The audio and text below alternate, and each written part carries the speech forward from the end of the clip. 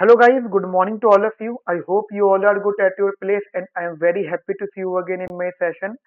Today I am going to continue our very important session based on classical and Keynesian theory. हमने अपनी macro economics के अंदर काफी सारी चीजें स्टडी करी और आज का जो हमारा टॉपिक रहने वाला होगा क्लासिकल केन्स और वो भी हम इनके डिफरेंसेस के बारे में पढ़ेंगे क्योंकि मैंने हेडिंग पे लिखा है वर्सेस, ठीक है। तो हम इनकी डिफरेंसेस पढ़ेंगे कि किन बेसिस पे तुम क्लासिकल और केन्स को अलग अलग कहते हो। देखो, अभी तो हम सिर्फ इंट्रो की बात कर रहे हैं, बहुत डिटेल नहीं जा रहे, लेकिन जब तुम आगे और अपनी स्टडीज में आगे बढ़ोगे तो क्लासिकल्स के बारे में डिटेल पढ़ोगे, केनिज्म के बारे में डिटेल पढ़ोगे और इसके अलावा जितनी भी अलग थ्योरीज है कहीं ना कहीं वो भी इन्हीं को फॉलो करती हैं, ठीक है।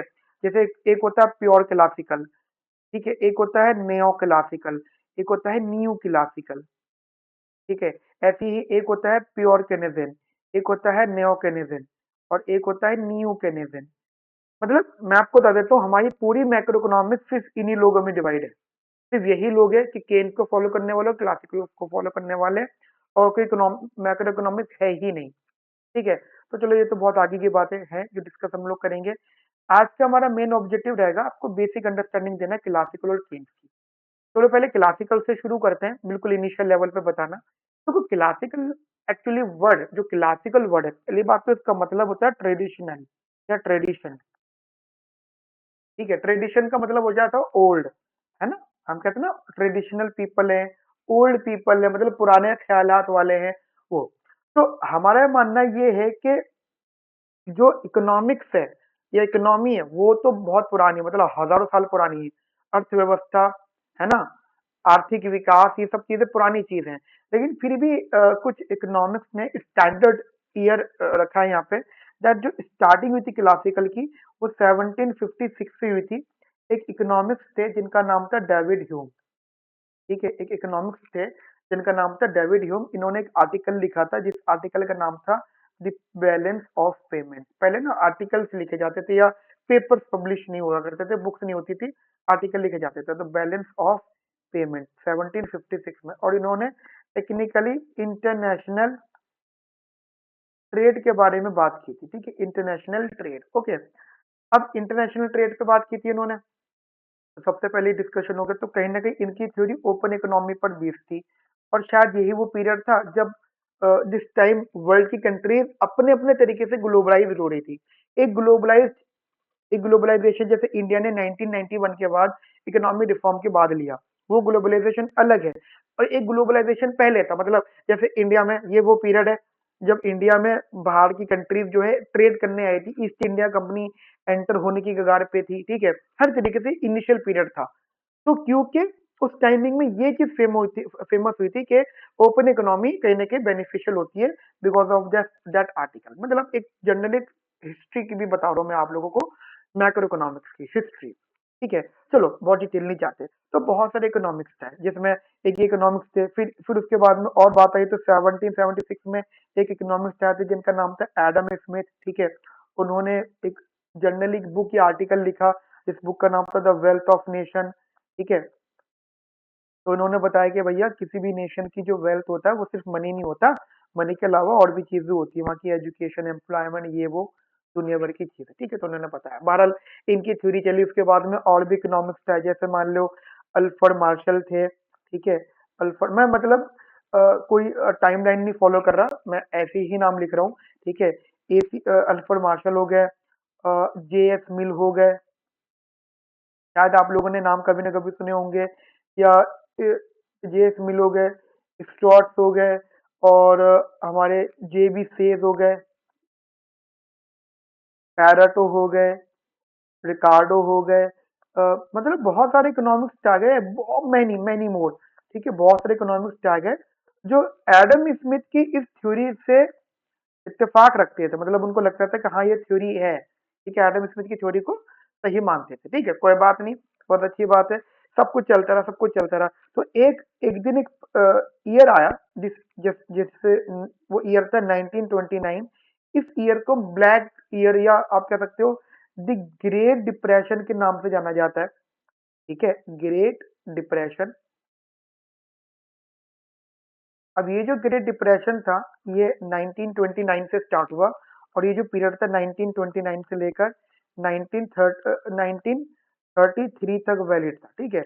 मतलब और इसमें हुआ क्या था एक्चुअली, उस टाइमिंग में यूएस यूएस इकोनॉमी, जैसे यूएस आज भी बहुत स्ट्रांग कंट्री मानी जाती है ना, उस टाइम तो और ज्यादा स्ट्रांग मानी जाती थी, क्योंकि इतना ज्यादा फेमस चीजें थी नहीं, टेक्नोलॉजी भी नहीं थी इतनी ज्यादा चीजें, लेकिन बावजूद इसके यूएस का था। तो यूएस एक ऐसी इकोनॉमी थी कि अगर उसको छींक भी आती थी, आँच छी, तो पूरे वर्ल्ड को सर्दी लगती थी, है ना। जैसे होता है नहीं हमारे घरों में, हमारे घर के अगर छोटे बच्चे की तबीयत खराब हो तो हमारे घर के एसी बंद हो जाते हैं, ये है ना, एसी या पंखे या फ्रिज में ठंडा पानी रखना बंद हो जाता है ना, कोई एक बंदा बीमार हो जाए। हम लोग कितने बीमार होते हैं ना, कुछ फर्क नहीं पड़ता किसी को, लेकिन हमारे घर में कोई छोटा बच्चा बीमार हो जाए, क्योंकि वो केयर नहीं कर पाएगा ना खुद की, हम तो कर लेंगे। तो देखो ना, पूरे घर को सर्दी लग जाती है, मतलब बिहेवियर ही ऐसा हो जाता है ना। ये ऐसा पता होगा आपको, ऐसी था यूएस का हालात भी, कि यूएस को अगर एक छींक भी आई है तो पूरे वर्ल्ड इस पे प्रिकॉशन ले लिया करते थे। तो वही हुआ इस टाइम पीरियड में, एक्चुअली यूएस ना बैंक करप्ट हो गया था, ठीक है, बैंक करप्ट। अच्छा, मैं ना आगे चल के कभी मौका मिलेगा तो ग्रेट डिप्रेशन पे एक सेशन आपको दूंगा। वैसे मैं अपने पुराने सेशंस में बहुत सारी बातें कर चुका, बट मैं लेटेस्ट बनाऊंगा और बढ़िया वीडियो वाला, ठीक है, जिसमें थोड़ा सा बैकग्राउंड में वीडियो भी चलेगी, ग्रेट डिप्रेशन से लेकर से रिलेटेड, ठीक है। तो बैंक करप्ट हो गया था, तो पूरा वर्ल्ड बर्बाद हो गया था, तो इकोनॉमी तहस हो गई। तो एंड ऑफ द डे अगर मैं वन शॉर्ट स्टेटमेंट दूं, तो वहां पे इन्फ्लेशन हाई हो गया था और अनएम्प्लॉयमेंट हाई हो गया था। मतलब उस टाइम में क्या था, एक एक शायद आपने कभी सुना हो फिलिप्स कर्व, शायद नहीं भी सुना हो, बहुत इंपॉर्टेंट एक कर्व है जो आगे चल के आपकी लाइफ का बहुत बड़ा इंपॉर्टेंट हिस्सा बनेगा। Not an economics student, inflation और अनएम्प्लॉयमेंट पर बेस्ड है वो कर्व। और ये शायद एक कॉमन मैन की भी सिचुएशन है, बेरोजगारी और महंगाई, ठीक है, जो किसी भी पॉलिटिकल पार्टी का एजेंडा रहा है, तो इसके ऊपर कर्व है। तो दोनों चीजें हाई हो गई थी, तो ग्रेट डिप्रेशन उसे कहते हैं, ठीक है। तो वो आ गया था। तो उस टाइमिंग में एक इकोनॉमिक्स था केन्स, ठीक है, उस टाइमिंग में इकोनॉमिक्स था जिनका नाम था केन्स, केन्स जेम केनेवन, ठीक है, केन्स हम बोलते हैं इनको। उन्होंने एक बुक लिखी, वो बुक, और ऐसे नहीं कि आफ्टर ग्रेट डिप्रेशन लिखी, नहीं, 1933 में ग्रेट डिप्रेशन जनरली जो 33 तक वो बिल्कुल चरम पे था। उसके बाद में उसका इफेक्ट बाहर दूसरी दुनिया पे, मतलब दूसरी कंट्री पे पड़ने लगा। तो फिर इन्होंने 1933 में, वो 1936 में बुक लिखी, the theory of in employment inflation, ठीक है। इन्होंने अपनी बुक लिखी, ठीक है, ठीक है, एक बुक लिखी, that is the journal theory of employment, interest and money. और यू बिलीव इस बुक ने तहलका मचा दिया। तहलका मचाने का मतलब, इस बुक में सबसे पहली बात तो ग्रेट डिप्रेशन की रीजन, क्योंकि मैंने दोनों बुक्स पढ़ी, मैंने ऑलमोस्ट, क्योंकि मैं मतलब बहुत पढ़ता हूँ अभी भी, आज भी बहुत बहुत पढ़ाई करते हैं, क्योंकि हम टीचर्स होते हैं, हमें पढ़ाना बहुत होता है। तो ये बुक मैंने पढ़ ली है, बहुत पहले पढ़ ली है, ठीक है। मैंने द वेल्थ ऑफ नेशन भी पढ़ ली है, ठीक है। तो इन मेन बात है कि इसमें ग्रेट डिप्रेशन का मीनिंग है, और ऐसा नहीं कि ग्रेट डिप्रेशन का मीनिंग सिर्फ जेम केन्स ने बताया, इनसे भी पहले एक और इकोनॉमिक्स आए थे 1933 में, उनका नाम था एसी पीग्यू, और इन्होंने भी एक बुक लिखी थी, उस बुक का नाम था that is the theory of unemployment,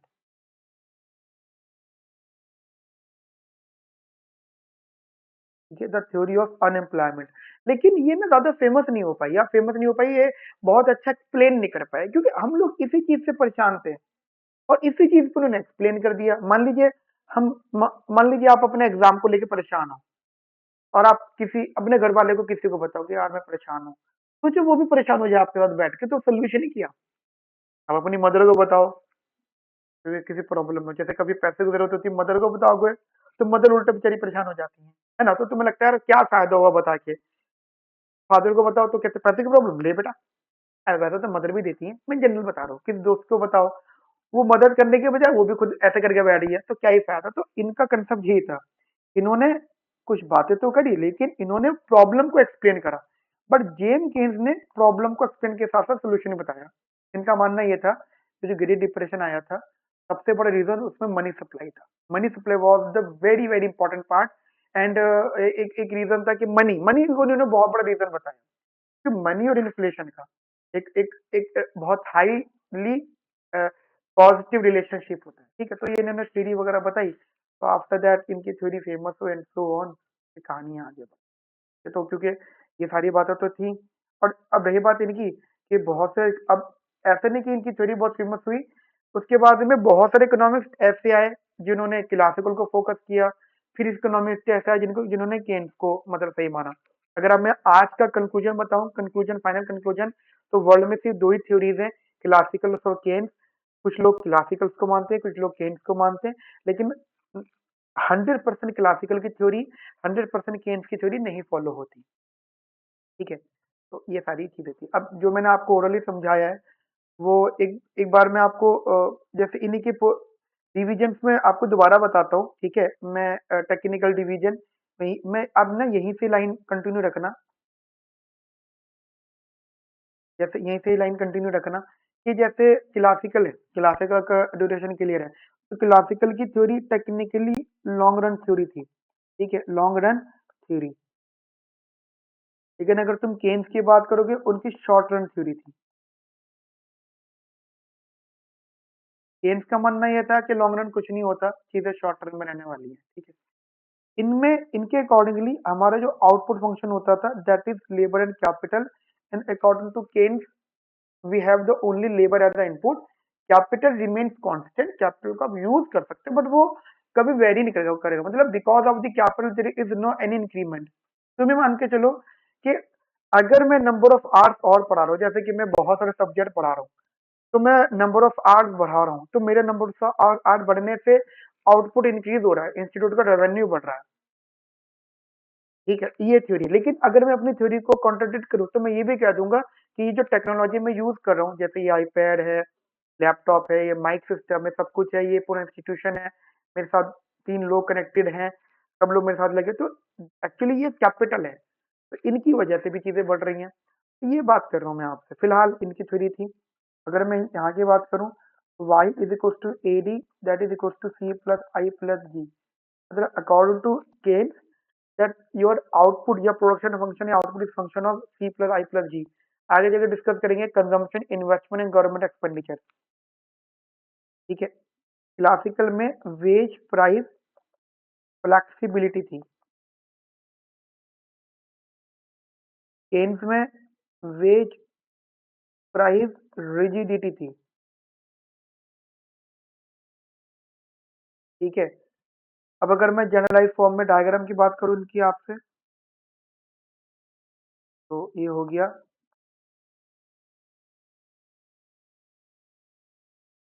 that is price and output. तो this is my aggregate supply, this is my aggregate demand.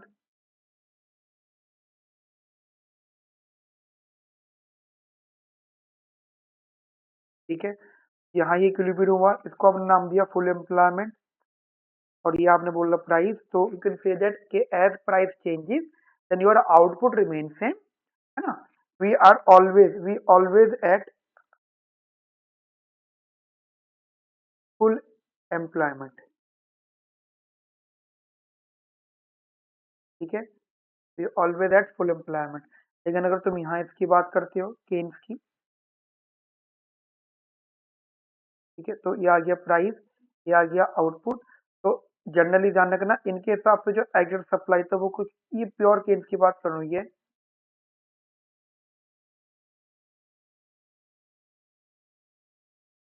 This is A S and this is aggregate demand. तो इनके हिसाब से जो full employment था वो यहाँ पे था, वो हमेशा यहाँ रहेगा।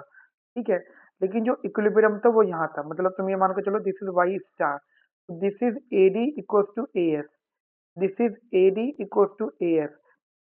क्लासिकल में क्या था कि जो A D equal to A S था, इक्विलिब्रियम था, वो फुल एम्प्लॉयमेंट पे था। केन्स में क्या था कि जो ए डी ए एस था वो बिलो फुल एम्प्लॉयमेंट था, इसलिए ये शॉर्ट रन और वो लॉन्ग रन था। क्लासिकल का मानना क्या था कि अगर प्राइस बढ़ेगा तो कहीं ना कहीं घूम फिर के वेजेस भी बढ़ेंगी, या वेज बढ़ेगा तो कहीं ना कहीं घूम फिर के प्राइस भी इंक्रीज करेगा। केन्स का क्या आता है कि वेज और प्राइस में इमीडिएट इम्पैक्ट नहीं पड़ेगा, थोड़ा सा ड्यूरेशन होगा, थोड़ा टाइम लगेगा। शायद ये भी बात सही थी, दोनों की बात सही है, कोई भी इकोनॉमिक्स की बात गलत नहीं है, दोनों इकोनॉमिक्स की बात सही है, बट फर्क हो जाता है, ठीक है। ऑल ऑलवेज एट मतलब फुल एम्प्लॉयमेंट इक्विलिब्रियम, और यहाँ पे equilibrium always below full employment.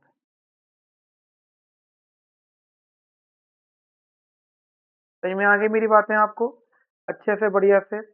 अब हमने माना था कि यहाँ पे जो मनी है, money is basically is a medium of exchange, सिर्फ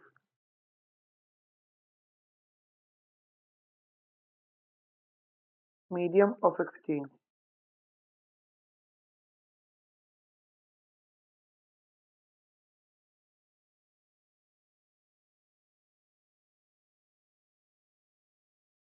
और यहाँ पे जो मनी है, money is not only medium of exchange, it is written as M, money is equal to K Y into H I. अभी वैसे अभी फिलहाल अब लिख के रखना, आगे चल के हम इसको डिस्कस करेंगे। This is basically the transaction demand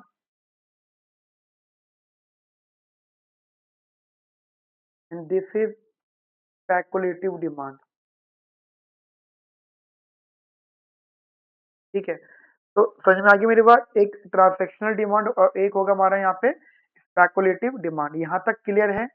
कोई दिक्कत किसी प्रकार की आपको, कोई भी प्रॉब्लम, समझ में आ गई बात है? तो इसको आप इस तरीके से अपने माइंड में रखना। तो अब यहाँ पे जितनी भी तुमने चीजें समझी हैं, ठीक है, what ever the things you study with me, तो दिमाग में रखना है। अब मैं क्या करता हूँ, ये तो मैंने शॉर्ट में समझाया था, अब मैं आपको एक नोटिंग लिखवा रहा हूँ, देखो बहुत इंपॉर्टेंट नोटिंग है, ठीक है। अब चाहो तो मतलब बाद में भी लिख सकते हो वीडियो पॉज करके वगैरह, ठीक है। मैं कंटिन्यू लिखवा रहा हूँ, ठीक, मैं स्टार्ट करना। That is classical approach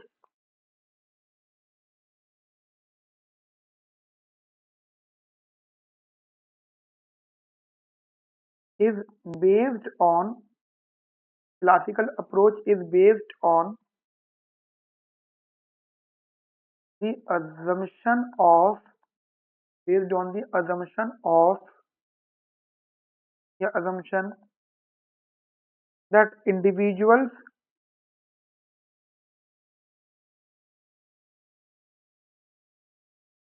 and firms act in their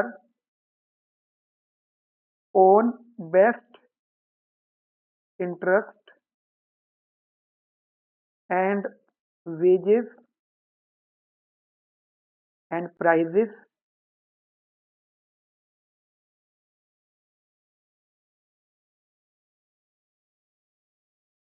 adjust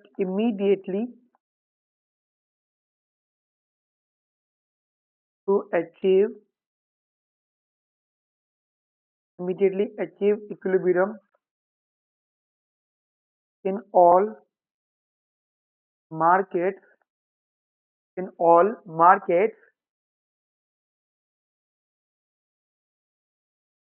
under these assumptions under these assumptions invisible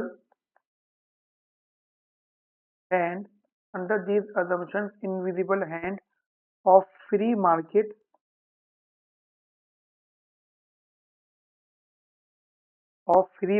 invisible hand of free market works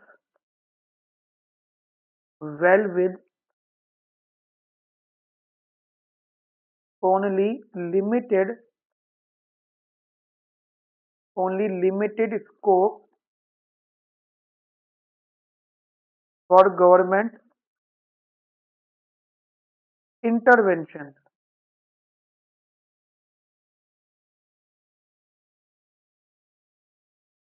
in economy। देखिए एक चीज है, मतलब मैंने क्योंकि देखो बहुत सारे डिफरेंसेस थे हमारे, एक ना पॉइंट यहाँ लिख लेना अगर आपके पास में स्पेस हो, दैट नो गवर्नमेंट इंटरवेंशन, ठीक है। मैं बता देता हूँ क्या है। मैंने बहुत सारी बातें तो पॉइंटर्स में लिखी हैं, बट थ्योरेटिकली में बहुत सारी बातें नहीं लिखवा रहा हूँ, क्योंकि वो आपकी फिर लेंथ बढ़ जाएगी और एग्जाम में what ever what ever I right on the screen, वो इस पर्पज से है कि तुम्हें एग्जाम में आंसर फ्रेमिंग का सपोर्ट मिले, दैट्स इट। ठीक है। अगर तुम सारे तुम्हें अगर कंटेंट लिखना हुआ तो फिर तो सीधी बुक ही छाप दो, इतना तो पेज भी नहीं होते, लिमिट्स भी नहीं होती। आपको उतनी चीजें लिखनी जितनी इंपॉर्टेंट है और एग्जामिनर रीड कर सके। ठीक है, तो इसलिए अब आगे लिखना मेरे साथ में। The idea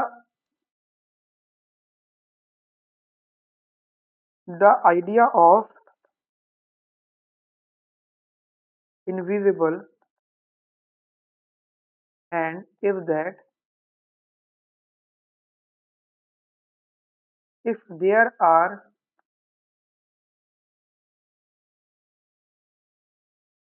free markets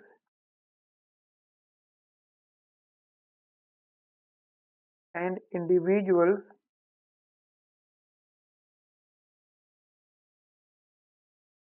conduct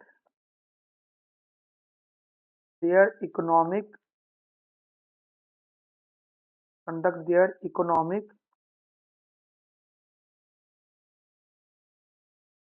economic affairs in their own best interest, then overall economy will work well। ठीक है।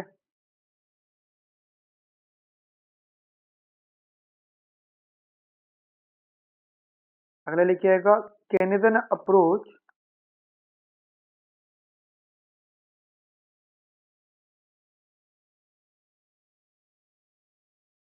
Canadian approach to macroeconomics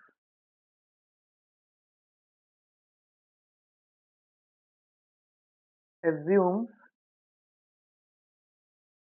that wages and prices wages and prices do not adjust immediately,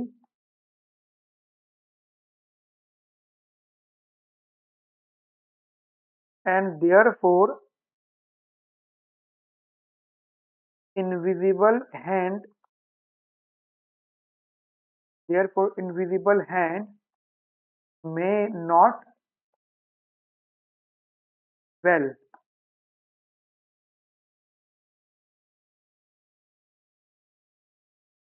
wages and prices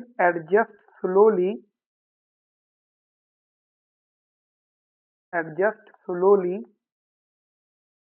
so unemployment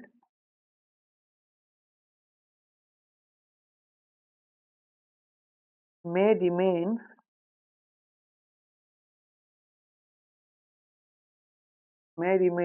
high for long period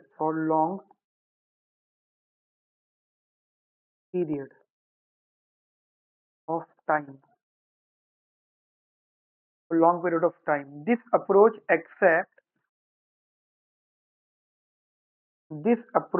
accepts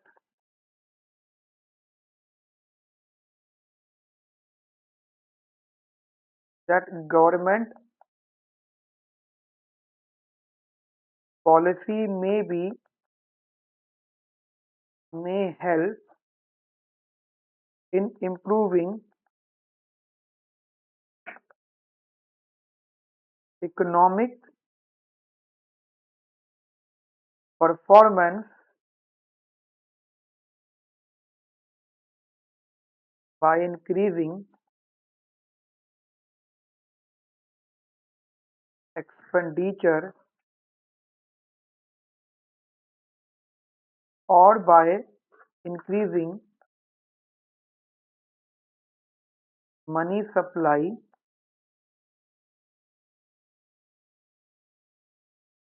both these policies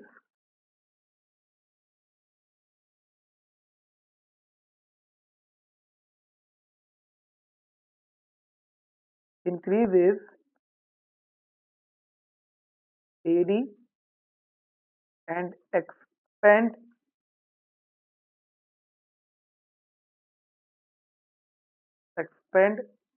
output and reduce unemployment। मतलब देखो short में समझना कि Keynes ने वो policy बनाई जिससे inflation control में हो और अनएम्प्लॉयमेंट भी अपने बैलेंसिंग पर आए। ठीक है, और केन ने बताया कि अगर कुछ लोग बेरोजगार है तो उससे परेशान नहीं होना। मतलब अभी सोचो, आप इमेजिन करो कि कोई बंदा यूं बोले कि मुझे 24 के 24 घंटे काम करके कमाना है, तो वो कहने समझ कहने सुनने में अच्छा लगेगा कि चलो कोई 24 आवर काम करना चाहता है, बट अब वो बंदा सोचे कि यार मुझे सिर्फ 8 घंटे का काम मिल रहा है, 12 घंटे का काम मिल रहा है, 12 घंटे मुझे कुछ नहीं मिल रहा। बट बिकॉज क्योंकि जो हमारा डेली लाइफ है ना, उसमें हमें इतना ही काम हम कर सकते हैं। तो केन्स ने हमें ये बताया कि अगर हमारे पास में 100 लोग हैं, अब अगर 100 में से 100 लोगों को काम नहीं मिल रहा, 100 में से सिर्फ 80 को काम मिल रहा है, 20 को काम नहीं मिल रहा, तो केन्स कह रहे हैं यही होना है। मतलब 20 को बेरोजगार रहना है। अब इसका मतलब ये नहीं कि जो 20 बेरोजगार हैं वो बर्बाद हो जाएंगे, या 20 जो बेरोजगार हैं उनका कोई करता धरता नहीं होगा। क्योंकि अगर क्लासिकल के व्यू देखो तो हर कोई सिर्फ खुद का ही पेट पालेगा, हर कोई सिर्फ खुद के लिए कमाएगा। बट अकॉर्डिंग टू केन्स, यहाँ पे गवर्नमेंट की एग्जिस्टेंस बहुत इंपॉर्टेंट है। In case there is an unemployment, and obviously बात है अनएम्प्लॉयमेंट है तो इनकम नहीं है उनकी, तो government it's a government responsibility to feed them, कि उन लोगों को सपोर्ट करे, फीड करे, सब्सिडीज दे, ट्रांसफर करे in kind, in cash and so on. देखो यही चीज हमें आगे चल के सीखनी है इकोनॉमिक्स में, है ना। तो ये कंसेप्ट आप लोग अपने माइंड में रखना। तो मेरा एक जो जर्नल डिस्कशन था about the introduction of the macro economics, because in this session I am just trying to explain the starting portion of the macro economics, तो वो क्लियर हो गया। अब आगे चल के हम लोग फिर और डिस्कशन करेंगे। आज के लिए इतना रखते हैं, अपना ध्यान रखो, ख्याल रखो, have a nice day, thank you, bye bye, take care.